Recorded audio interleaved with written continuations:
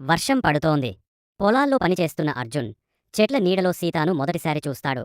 ఆమె చేతిలో పుస్తకం, జుట్టు తడిసిపోయి వానలో మెరిసిపోతోంది. అర్జున్ గుండె ఒక్కసారిగా బరువెక్కుతుంది. ఇదేనా ప్రేమ అనుకుంటాడు.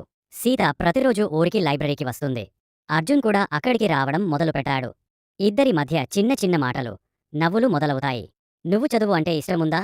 అవును, కాని నువ్వులాంటి వాళ్ళుంటే ఇంకా బాగుంటుంది అంటూ సీత నవ్వుతాం. ఊర్లో ఒక పెద్ద ఉత్సవం. సీతాకు పెళ్లి కోసం తల్లిదండ్రులు కుదిర్చిన వరుడు వస్తాడు. అర్జున్ మనసు మౌనంగా బాధపడుతుంది. కానీ సీత తన మనసులో నిర్ణయం తీసుకుంది. తనకు ప్రేమ కావాలి, కుదిర్చిన వివాహం కాదు.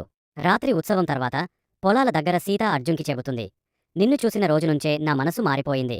నీతోనే నా జీవితం గడపాలని ఉంది. అర్జున్ కళ్లలో ఆనంద బాష్పాలు. ఇద్దరు చేతులు పట్టుకుని ఆకాశాన్ని చూస్తారు. తల్లిదండ్రులు మొదట వ్యతిరేకించినా అర్జున్ నిజాయితీ, కష్టం చూసి ఒప్పుకుంటారు. గ్రామం అంతా ఆనందంగా వారి పెళ్లి జరుపుకుంటుంది. వర్షంలో మొదలైన ప్రేమ పూలతో ముగుస్తుంది. ఈ విధంగా అర్జున్ సీత ప్రేమ విజయవంతంగా కొనసాగుతుంది. ఇద్దరు చాలా సంతోషంగా ఉంటారు.